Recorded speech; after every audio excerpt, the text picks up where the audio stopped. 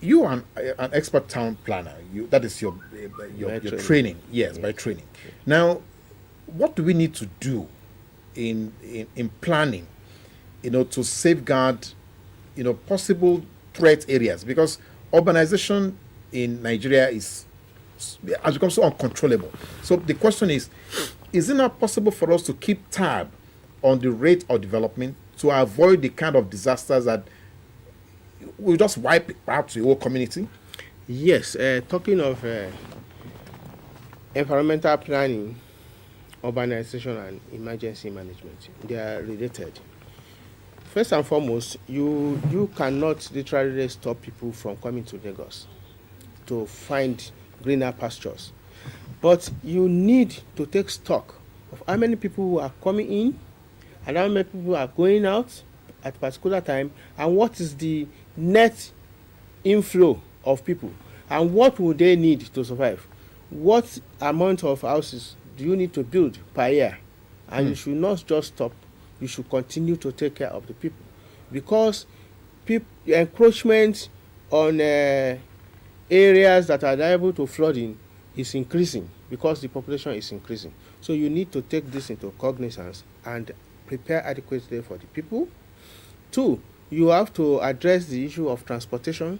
You have to address the issue of health, because when you are witnessing urbanization and the influx of people, they are straining the facilities on ground. The infrastructures. The infrastructures. So you have to let infrastructural provision keep pace with the increase in population.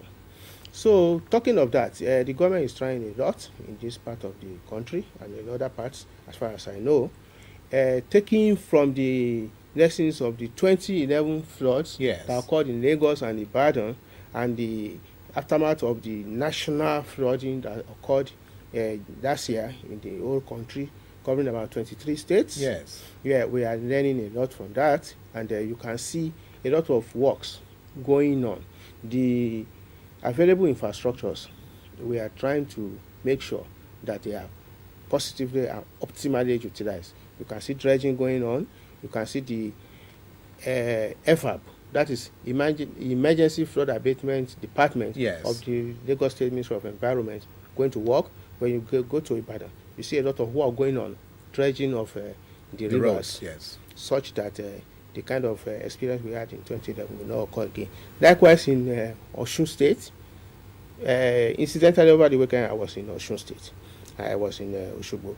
There was a particular river direct outward on the city between 2010 and 2011 during the rainy season.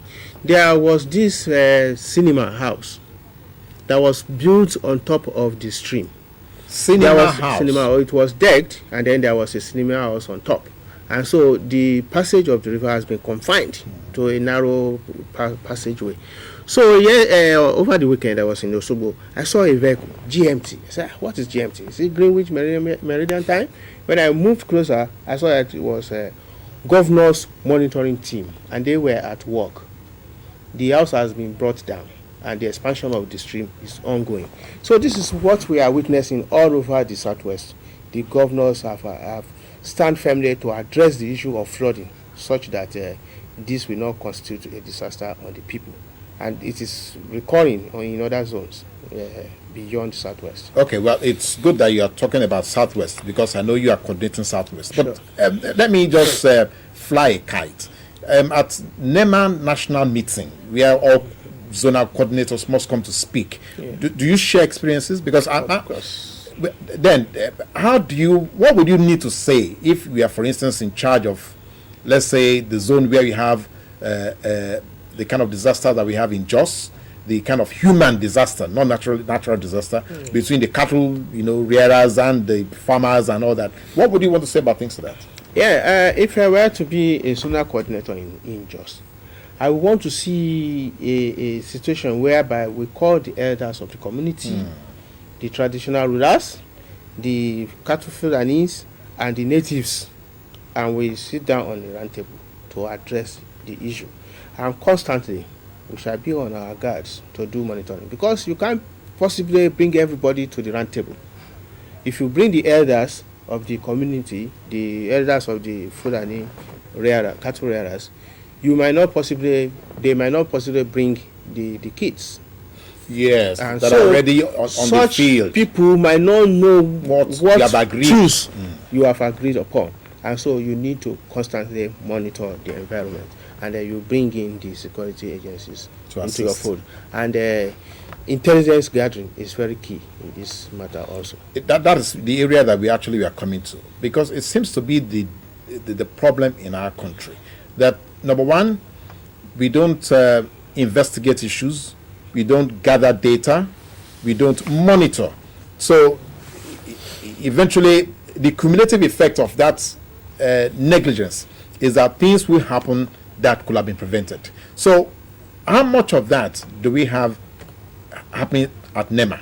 How much of investigation? Yes. How much of monitoring? With due respect, I will not want to dabble into an area where I'm not an expert. You see, intelligence gathering, security issues, you let us leave it for the security agencies. Mine as an emergency manager is to see that whether natural or man-made disaster, first of all, you will talk of emergencies. Emergency is such things that require prompt attention. And if you address it promptly, it might not snowball into disasters. That is where my work starts and ends. Okay. So, but can emergencies be prevented? Of course, yes, to some extent. But the key thing is to mitigate the effect of emergencies on the people. Okay. If rain will fall, you can't prevent rain from falling. Yes. If it will lead to torrential rainfall, splash flood, you may not be able to control that. But you can control the people by moving them to safer grounds.